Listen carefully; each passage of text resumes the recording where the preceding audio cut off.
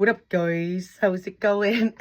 I promise, after the children go back to school, I mean, it might be before, I will stop just doing little videos of me smoking in the garage, talking about children. Yeah? But today, I had to go and get school shoes and trainers. Now, if anyone hasn't noticed that we are in a society where apparently we have to wear really stiff leather, shiny patent shoes that aren't allowed to be scuffed, right? Because they go over a certain amount of scuff. Your kids, like, of course, all shoes get more scuff. Some children scuff some shoes more than others. But we all know that once they get scuffed, that patent bit, they look terrible. And it's really hard to keep up with children's shoes, let alone your own shoes. I think it's really cool these days when I see a pair of really scruffy shoes, you know, like, because it's, well, I like new shoes too, but the fact that these Clark's bloody shoes are like nearly £30 to £40 a shoe, and then you've got to have trainers for PE. When I was back in PE, you had to have bloody DAPs that were really cheap, you know, so it's just like you got fucking trainers for PE. And then you got to have sandals in the summer or Crocs in the summer, and never mind any other shoe. It's just such a money-making society, isn't it? You know, and then they need summer dresses, smart socks all the time. Or it's just secondary school uniform can cost about £400 to £500 a time you buy it. Now, how the hell is that even right? You know, how can they do that with schools? You know, it's just, yeah. I just think the whole world's mad, isn't it? The school uniform. My daughter's secondary school uniform is complete plastic as well. It's not got one little ounce of cotton in it. Apparently it's better.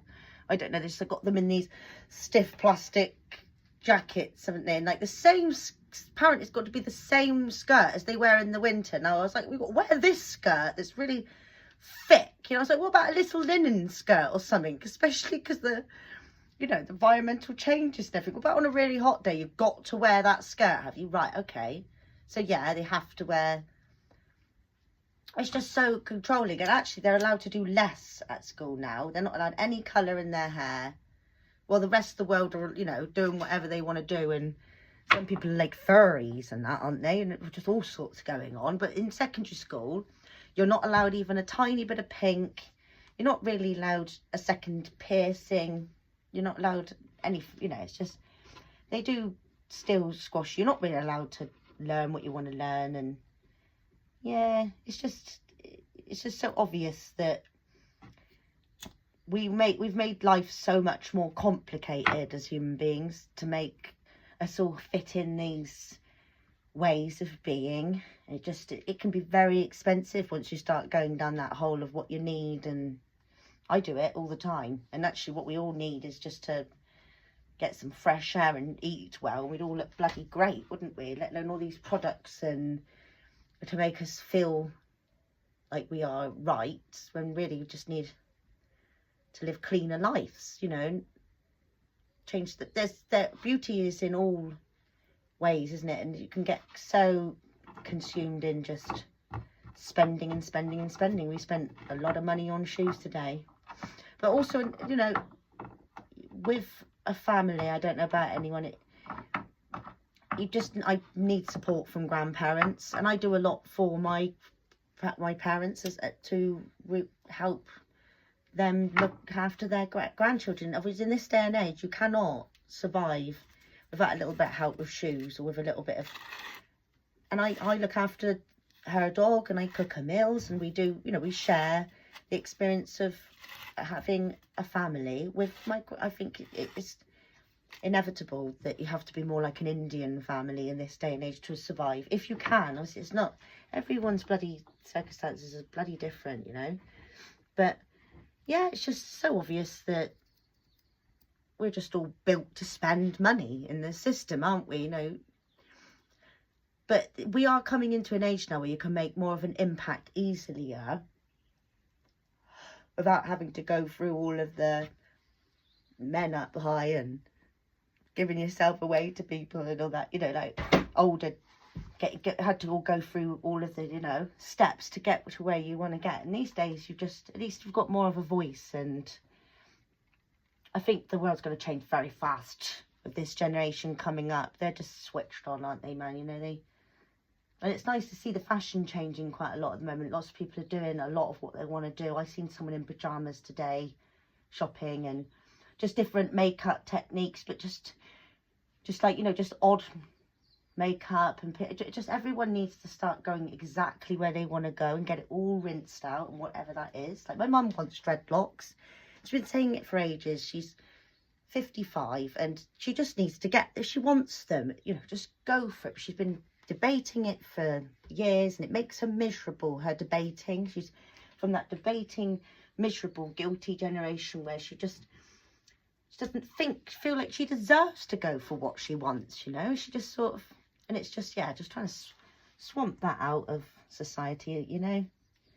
But yeah, you know, imagine if we did strike against certain products. That would be the power that people have online, or the power that people can create from getting together. Look how mad Prime got with just some boys advertising. You know, just once something can get, like, imagine if you all striked against McDonald's for a week. You know, and then imagine how much impact that would have on different brandings. Like, imagine if you all got together and didn't buy Hovis bread for a whole week. I've got nothing against Hovis, but I mean, you can attack brands from, I don't think people realise how much the companies need us. It's us that are hypnotised into spending money. And if we all stopped buying school shoes and just sent our kids in some very comfortable DAPs or something, I don't know, you know, just, then what would all the school shoes do? They would just be sat in Clark's, wouldn't they, or wherever. And you know what I mean? Like, we have been trained to think that, oh, if we're going to do this, we've got to have this, so we go and buy it.